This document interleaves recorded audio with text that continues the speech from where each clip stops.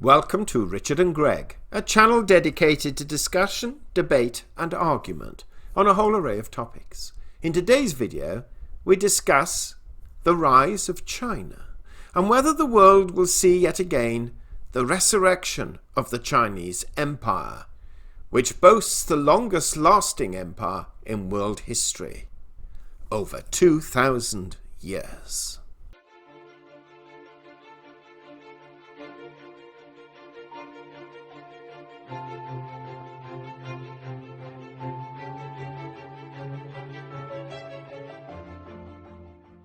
Welcome to Richard and Greg. The date is Saturday, the 3rd of October 2020. And we're speaking to Greg about a series that we're going to start entitled Empires and Dynasties. And we thought perhaps we would start today with what has been described certainly by certain people on the internet as the longest ever serving dynasty, or should I say empire, China. So we'll go over to Greg, and the first thing I'm going to ask him, what's the difference between an empire and a dynasty? And hope I haven't caught him on the hop. And then secondly, to talk about China and whether it really has been an empire for over 2,000 years. Greg, it's 6:15 in the evening. Good evening to you. Good evening. This is testing my general education, I think. It'll probably be found wanting, but let's have a stab at it.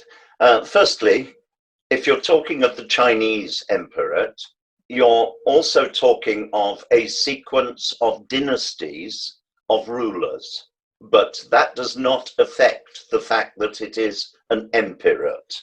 Just as in some countries the ruler is called a president, others a king or queen, others a sheikh or an emir. There are many names, but all of those, when there is an element of heredity and continuation, could be described as different dynasties. Now, if there is a change between Plantagenets and Stuarts or similar, those are different dynasties, but of the same structure. So I hope that goes some way to clarifying it. Let's have a look at specifically at China. China can take its origins as an emperorate of sorts back to around 1250 BC. And that emperorate fluctuated in size, but was basically the China bloc right the way through to the beginning of the 20th century, when it was overthrown and became a republic. So that's nearly 2,000 years of continuous history. However, it is a little confusing in that it was tended to be, unlike the similar structure that followed much later of Britain, or for that matter, Egypt or Rome, where countries retained their nation status under effectively a form of vassal status within the countries controlling them, which were Rome and Britain or Egypt. So there was always an Egypt which was the same sort of size, but incorporated other lands that were not Egypt, but part of their effective control. Or the British with the British Empire, where countries like Australia or Canada, or in its day America, were under the control of Britain, but were not considered to be part of Britain. China, dissimilarly, tended to incorporate the various countries it conquered to become provinces of China. So there are different ways of looking at the structure of empire. It is also worth noting that China built up to the Silk Road, where along that route it fundamentally dominated every country. Now, the Silk Route basically collapsed in the late 1700s, early 1800s as a structure. However, if you look closely at what China is doing nowadays, you'll find that it does seem as if they are re-establishing the Silk Route, and they have influence that will increase as soon as America and Western interests finally pull out of Afghanistan, and it is likely that China will become the power of influence in Afghanistan, because it is unlikely that Afghanistan would ever be able to stand on its own 2 feet on the basis that its economy is not sufficiently diverse, its contacts with the world are inadequate, and because it is dominated by several, basically, warlords. Also, China has a direct interest in Afghanistan, which is the copper belt that has never been exploited in Afghanistan, because copper around the world is going to be a very important commodity, increasingly so, as more and more electricity is used and generated, and particularly in the very inefficient manner of both solar panels and wind turbines. They require huge amounts of copper. Automobiles are another huge problem. Just to digress for a moment, we're looking at California, for instance, which is talking in terms of having all cars being based on battery electric by approximately 2030, which I think is wildly optimistic or pessimistic, depends on your outlook on these rather strange concepts of where we should be going. Those batteries weigh approximately 1,200 pounds weight each, give or take 600 kilos of battery per car. They're using cadmium, which is a rare earth commodity, in the main mined by child slave labor in Africa, and everyone conveniently turns a blind eye to that. And they're talking of somewhere in the region of 100 million batteries. That will give us the biggest pollution disposal problem that the planet has ever seen. So where we're going with that, heaven only knows, because it makes no sense. This is where empires tend to dominate. And at the moment, we have the commercial empire of America. America, which has never had colonies. It's always wanted them. It's done a great deal to overthrow other countries in clandestine manner to prevent them having them. But empirates do tend to pulsate. True empires, akin to the Roman Empire, the British Empire, and the like, tend to have a life expectancy of around 300 years. However, if you amalgamate all the countries and they all join to become one super country, as with China, that can last a great deal longer, as proven by China. I hope that helps clarify a little. It does, Greg. What I'd like us to sort of move on to, though, is that I have a belief that to some degree, and it's very difficult, I suspect, to prove, but to some degree, anyone born within a country or a continent even, which previously has had some form of empire, as we in Great Britain once had, it's almost in one's DNA, to some degree at least, to expect that empire either to be continuing, and if it isn't, to regain it. Now, why do I say that? If we look at the USSR as it was, empire, then suddenly, because of deal between Reagan and Gorbachev and the breaking down of the Berlin Wall and the dismantling, essentially, of the USSR empire, it's now Russia. And of course, Putin has designs, without any doubt, to start to rebuild that empire. Now, empires, as you quite rightly, can be built either on landmass.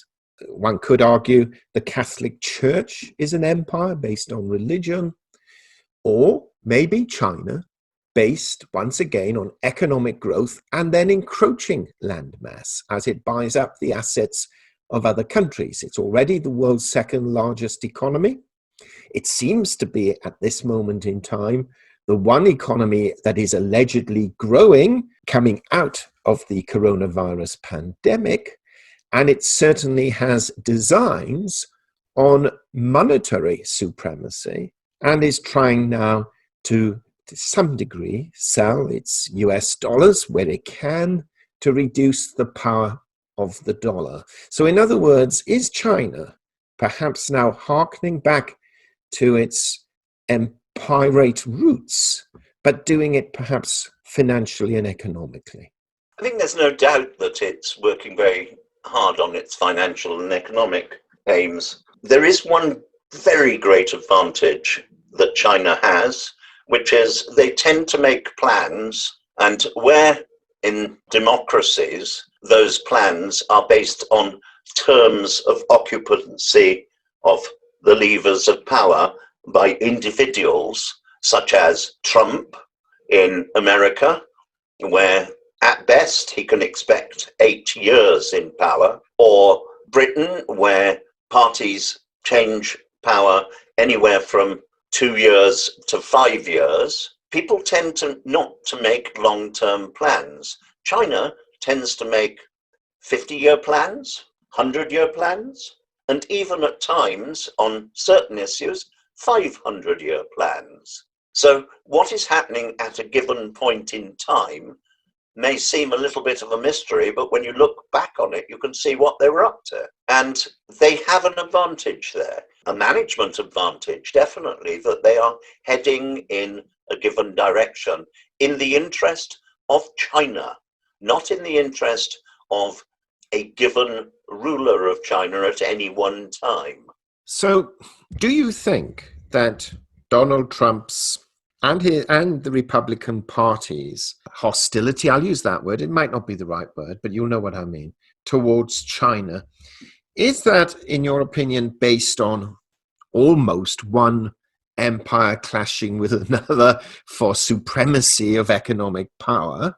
Or do you think maybe the United States realizes that China's ambitions are a reintroduction of the China global empire run by perhaps a continuance of a range of dynasty or dynastic families? I think America, for quite a long time now, has felt that its might as a country in terms of economics is not reflected in its influence on a global basis.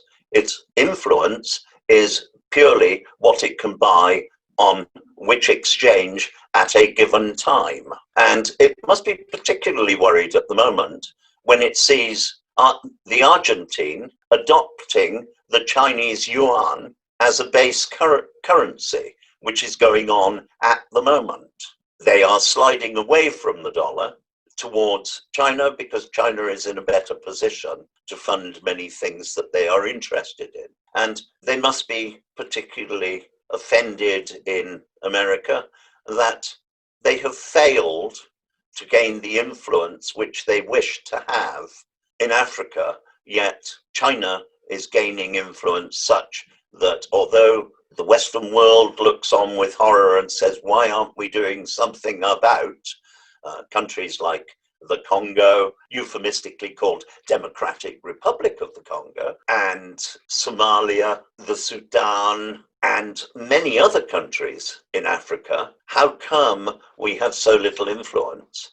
When those of us who know Africa relatively well realize that that is because China holds that influence, and should America wish to step in to pacify one side or the other, they could find themselves in direct military conflict with China, which they would wish to avoid. Which is why, in my opinion, America has never gained a serious foothold in Africa. It's lost the currency game, not just in the Argentine, but seemingly right across Africa. And it is my opinion that the war in Libya that was brought about to ostensibly overthrow Muammar Gaddafi, the longest ruling head of state, I think, in the world at the time. He had taken over from his father in typical dynastic style of the dynasty of his family. He had made a vast fortune.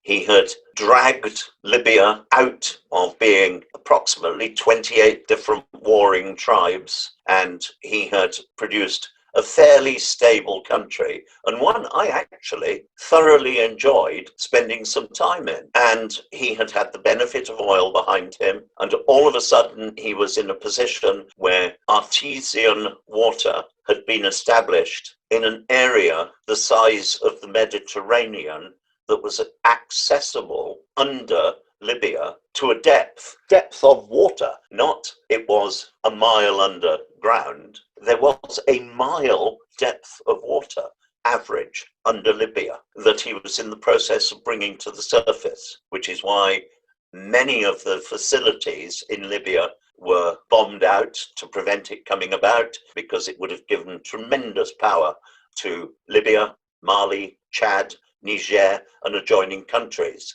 It would have helped Morocco, Tunisia, and even Egypt, which, despite the might of the Nile, is short of water. And Muammar Gaddafi had already entered into negotiations and was moving forward with the help of the Saudis, the Egyptians, and most countries in the Middle East, and several countries in North Africa.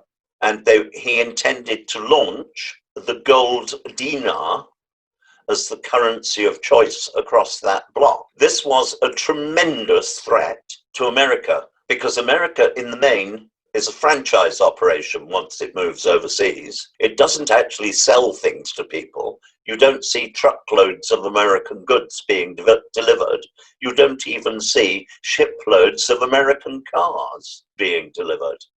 You see nation states holding franchises for the production of American goods, where a great deal of royalty goes back to America. Ford Motor Company, for instance. There's a Ford plant in Britain, there's one in Germany, there are Ford plants all around the world, but they are not made in America. They are made in the country that hold, in the terms, more of a franchise. This is dependent very much on the American dollar being a reserve currency of choice. And when Muammar Gaddafi amalgamates basically the Middle East and the wealth of the Middle East and the oil kingdoms to produce the gold dinar as a single reserve currency of choice for the whole of the Middle East and eventually the whole of Africa, America is in a very difficult position. Many people think that the Gulf War in Iraq was based on oil. Think again. There is no shortage of oil virtually anywhere in the world. America could export oil to a number of major requirers of oil worldwide and provide for its own needs based on the oil to be found off of Gull Island, off the coast of Alaska alone, leave alone all the other forms of oil that are available. So the Gulf War was basically because there was a threat to the US dollar based on underpinning a reserve currency of choice on Arab oil price. Well, Greg, thank you for that. But I want to go back really specifically to China. And it's interesting you mentioned about currencies, because the one sort of area that much was made of was when the yuan joined the SDR, which is the special drawing rights of the IMF. Now, something a lot of people are unaware of is that the special drawing rights actually came into creation as far back as 1969. And it was in 2016, 1st of October, in fact, that the Chinese yuan, or renminbi, actually became a member of that exclusive club, to the effect that now we have the US dollar, which represents just short of 42% of it, the euro just short of 31, the Chinese yuan just short of 11, the Japanese yen just above 8, and the British pound at 8%. And every 5 years, they revalue that basket of currencies. And the next revaluation, as I understand it, will be in 2021. So it'll be very interesting to see the advance that China has made, by what percentage of that basket of currencies that renminbi or the yuan actually rises to or falls down to. And then it'll give us perhaps a slightly not definitive, but slightly better look at how well the Chinese empire is expanding, growing, and dominating.